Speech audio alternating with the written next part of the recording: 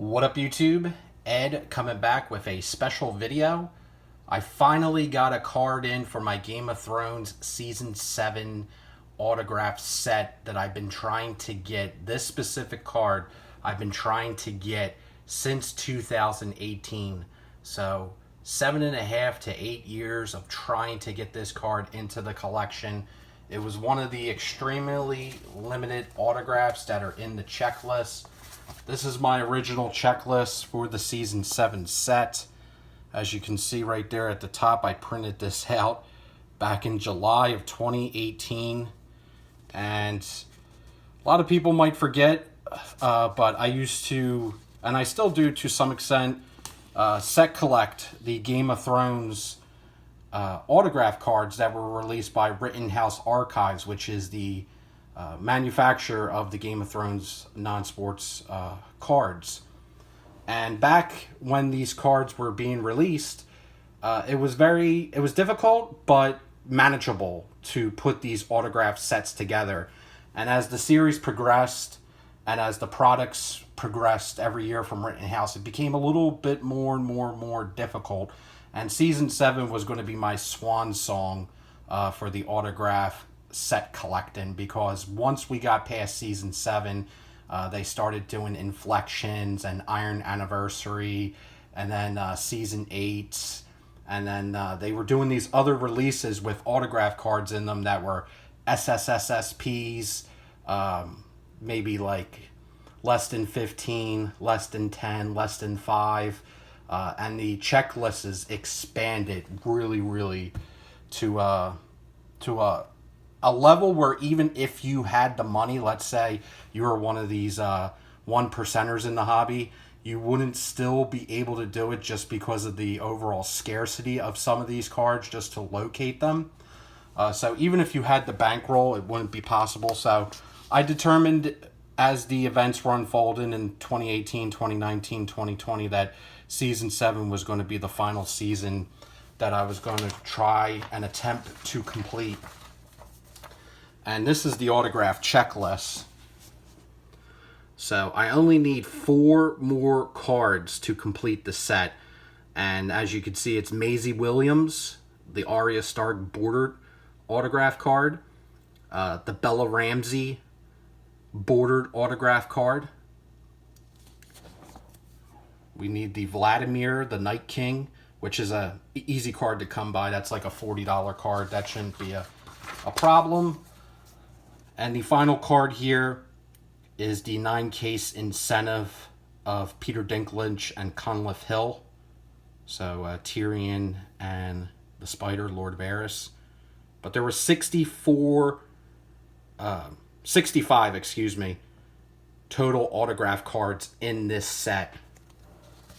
And I finally got card number 3, which is Jim Broadbent, who plays Archmaester Ebrose. Finally added this blasted card into the collection. So it took 7 years, but I still got this card before George R.R. Martin released The Winds of Winter. So I can hang my hat on that. But just really thrilled and relieved to finally get this, I would dare say, annoying card into the set. Just some background information on this card. This is one of the extremely limited cards, as I mentioned. And this card, I could have bought anytime I wanted. There's 2 up on eBay. The one seller had it listed for $200 best offer, and the other guy had it listed for, I think, like $240 or best offer. Those guys have listed that card for that price since the product was released in 2018. Never budging on price. And was very frustrating. And this card would just not come to auction. So it became kind of a cat and mouse game for over 7.5 to 8 years of just waiting for an auction on this card. Waiting for a reasonable seller to finally list this blasted card. And in that time span going to the National, there's been dealers that have had non-sports. Game of Thrones has always had a pretty strong presence at the National, even back in 2018. And I remember going up to a couple dealers asking about this specific card. I've never seen this card actually at a card show, so it was only online to able to get this card into the collection. And yeah, finally a seller listed it a couple days after the National, this year's National.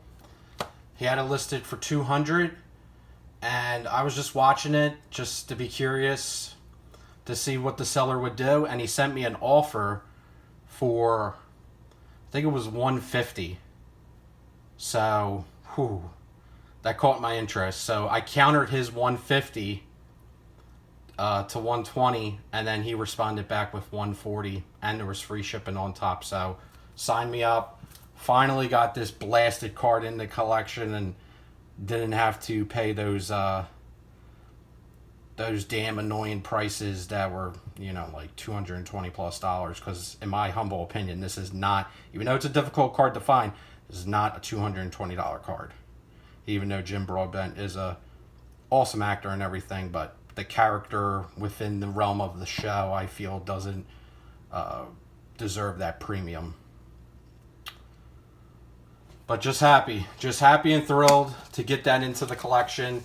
And I think you're going to be seeing some more, because the Night King is going to be easy pickings to get that in the collection. The Arya Stark will be obviously the most priciest one. Thankfully, that card is more manageable since all the craziness of the pandemic. And then Bella Ramsey shouldn't be too difficult. And that Conliffe Hill and Peter Dinklage card I've seen a couple times, so that shouldn't be too difficult. So Season 7, Dream of Spring, it's almost done. So one card, 7 minutes. The journey, 7 years. Let's end it here. Have a great one, guys.